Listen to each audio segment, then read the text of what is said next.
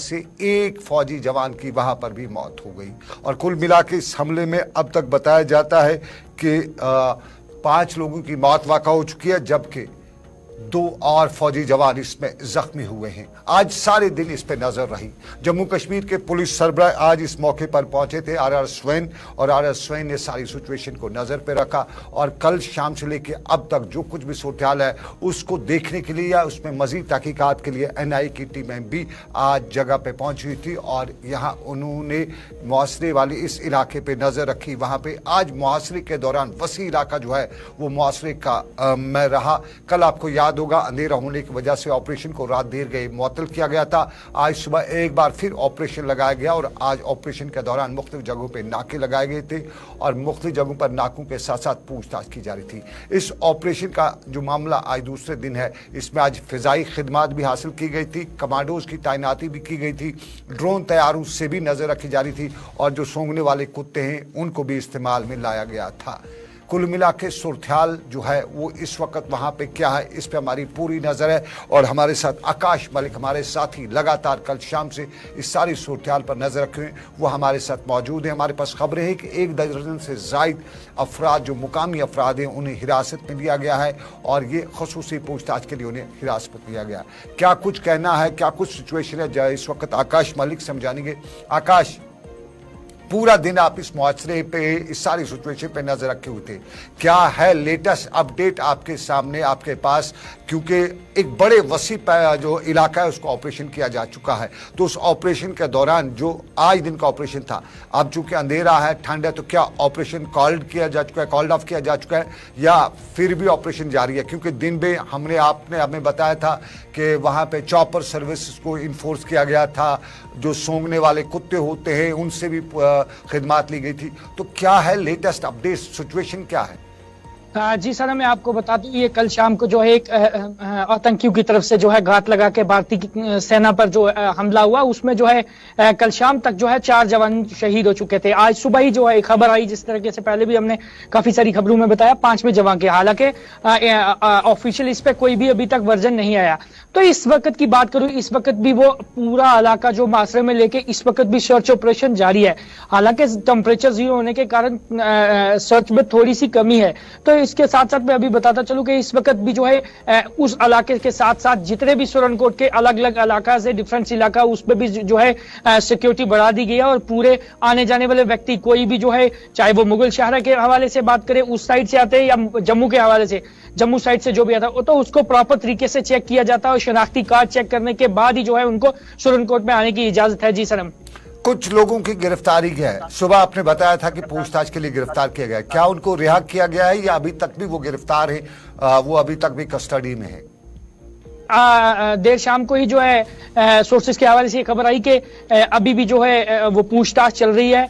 आज सुबह ही जो ऑपरेशन की तेजी, उसके बाद जो है पूरे इलाके को मासरे में लेकर सर्च ऑपरेशन चला। उसके साथ साथ वहां पे DGP RS स्वैन का भी दौरा हुआ, उसके साथ साथ आर्मी के सीनियर ऑफिसर्स ने भी इस पूरे इलाके में जो है दौरा किया। उसके साथ ही साथ ड्रोन्स के साथ साथ हेलीकॉप्टर से भी जो है इस पूरे इलाके को मासरे में रखा। उसके साथ साथ सुरनकोट थाना मंडी रोड जो है कल से ही बंद थी और इस वक्त जो भी लोग जिनको राजौरी हो या जम्मू से होके मुगल शहरा पर जाना, श्रीनगर जाना पड़ता, उनको जो है BG के रास्ते से होके जो है श्रीनगर जाना पड़ रहा है।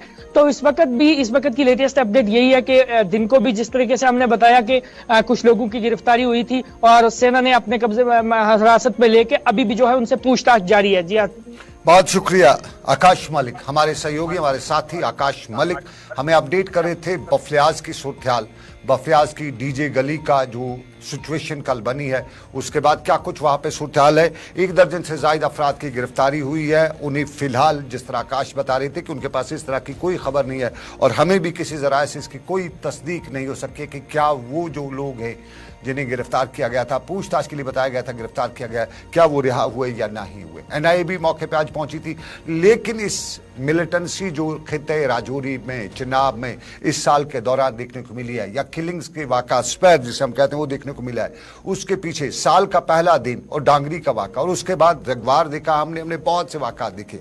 तो उन वाक़ात के पीछे असल मुद्दा और मकसद क्या है वो जराया नहीं बल्कि दिफाई तजिया निगार उसका यही कहते हैं कि सारी कहानी चीन से शुरू होती है और चीन वहाँ पाकिस्तान इस सारे इलाके पे नज़र रखे हुए, और नज़र रखने की चीन की कहानी यही है कि चीन चाहता है, क्योंकि चीन और हिंदुस्तान की फौजें बिल्कुल लद्दाख के खिते में आमने सामने हैं, और जब यहाँ से पूरी तरह से उसके मुकाबले में फौज खड़ी हो तो वो हिंदुस्तान का अटेंशन जो है, हिंदुस्तानी फौज का अटेंशन जो है वो डाइवर्ट करना चाहता है। तो दिफाई तजिया निगारों के मुताबिक इस वक्त हिंदुस्तान को पूरे सभी चीन पर भी नजर रखनी पड़ेगी, क्योंकि चीन इसके पीछे कोई खरमस्ती न कर डाले, क्योंकि अगर इस इलाके में, चूंकि पिछले साल ये जो इलाका है खिते राजौरी पुंछ का, इस इलाके से बड़ी तादाद में फौज को निकाला गया था जब यहाँ बताया गया था कि हालात ठीक हैं, और उसके बाद फौज को कारगिल लद्दाख सेक्टर में डिप्लॉय किया गया था।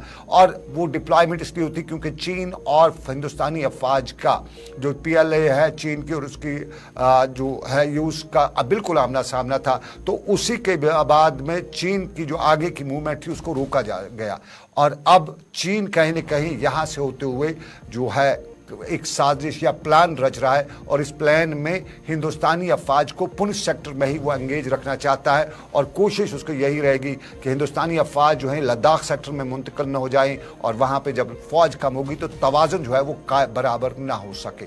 ये दिफाई तजिया निगार बता रहे हैं। लेकिन जम्मू कश्मीर के साबका DGP जो है कुलदीप हुड्डा, उनने हमारे आज दूसरे प्रोग्राम में बात करते हुए बताया कि ये जो लाइन ऑफ कंट्रोल के आसपास के इलाकों में ये जो इस तरह के हमले इस साल हुए हैं, ये मुल्क के लिए एक बड़ा चैलेंज है।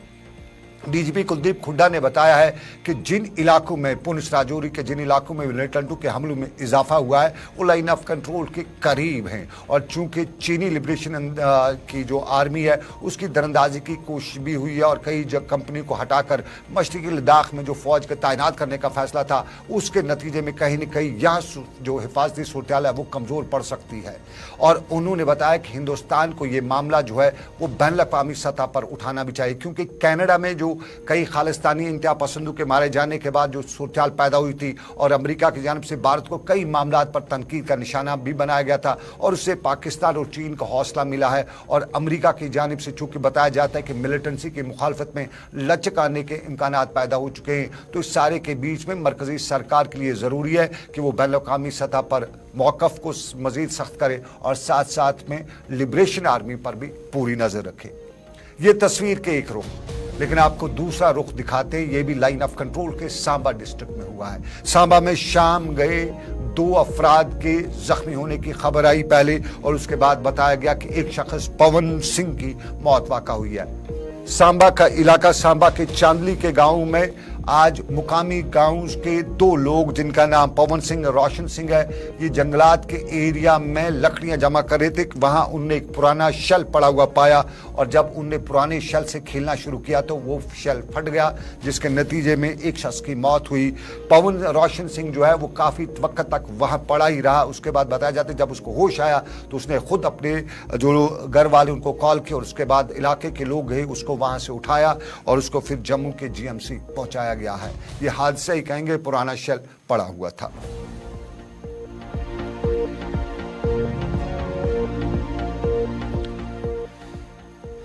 और अब जरा सियासत में, और सियासत में आपको बताते चले जम्मू कश्मीर के साबिक़ा वज़ीर आला डॉक्टर फारूक अब्दुल्ला समेत कई सियासी और समाजी शख्सियात ने पुंछ में मिलिटेंटों के हमले में 5 फौजियों के मारे जाने के वाक़े पर अफसोसनाक से करार देते हुए फौजी जवानों के लवाकिन के साथ यकजहती का इज़हार किया है। जम्मू कश्मीर के लेफ्टिनेंट गवर्नर मनोज सिन्हा ने भी मारे गए फौजी जवानों के लवाकिन के साथ यकजहती का इज़हार किया है। लेकिन आपको नाज़रीन बताते चले, फारूक अब्दुल्ला जम्मू कश्मीर वापस आ रहे थे और आज उन्होंने एक बयान भी दिया। उन्होंने आज राम मंदिर पर बयान दिया। राम मंदिर पर उन्होंने बयान देते उन्होंने बताया कि वो खुश हैं कि राम मंदिर खुलने वाला है। फारूक अब्दुल्ला ने बताया कि हिंदू हो, मुसलमान हो, सिख हो या ईसाई, राम सभी के हैं। और उन्होंने बताया कि जम्मू कश्मीर में मिलिटेंसी के वाक़ात अभी भी रोनमा हो रहे हैं। और फारूक अब्दुल्ला ने बताया कि सुप्रीम कोर्ट ने 370 की मनसूई को चैलेंज करने वाली अर्जी पर तो फैसला सुनाया, लेकिन उन्हें कम अज़ कम स्टेटहुड की बहाली और जल्द से जल्द इंतखाबात कराने के हवाले से भी कुछ कहना चाहिए था। अपोजिशन पार्टियों की जानिब से ऐवान में खलल डालने के बारे में पूछे गए सवाल के जवाब में फारूक अब्दुल्ला ने बताया कि हुकूमत हुकूमत बहुत सी अहम बिलों को बगैर किसी बहस के ही पास कराना चाहती थी और ये सब इसलिए हुआ। फारूक अब्दुल्ला ने यह भी बताया कि मौजूदा सरकार का ख्याल है कि वो हमेशा इक़्तिदार की कुर्सी पर रहेगी, लेकिन ऐसा कभी तारीख में हुआ नहीं है। अंग्रेज़ों की मिसाल देते उन्होंने बताया कि अंग्रेज़ों ने 250 साल तक हिंदुस्तान पर राज किया, लेकिन बिलाखिर उन्हें जाना ही पड़ा। और ताहम राम मंदिर के खुलने पर फारूक अब्दुल्ला ने यह भी बताया कि उन्हें दावतनामा नहीं मिला है और जम्मू कश्मीर के हालात पर भी आज बात की और बताया कि सब कुछ ठीक ठाक होने का दावा करने वाली सरकार झूठ के बुलंदों पर कायम है। आज भी आतंकवाद है, अभी आपने देखा कर्नल को भी मार डाला, 2 जो है कैप्टन और सिपाही शहीद हुए, नहीं हुए। रोज कहीं ना कहीं बम फटता है, अभी कल ही सुरनकोट में हुआ। तो मुझे बताइए, अगर ये कहते हैं आतंकवाद, और हमारे सिपाही वो बेचारा क्या कर रहा है, वो ईदगाह में बच्चों के साथ खेलने लगा, क्रिकेट खेलने लगा, मार दिया उसको।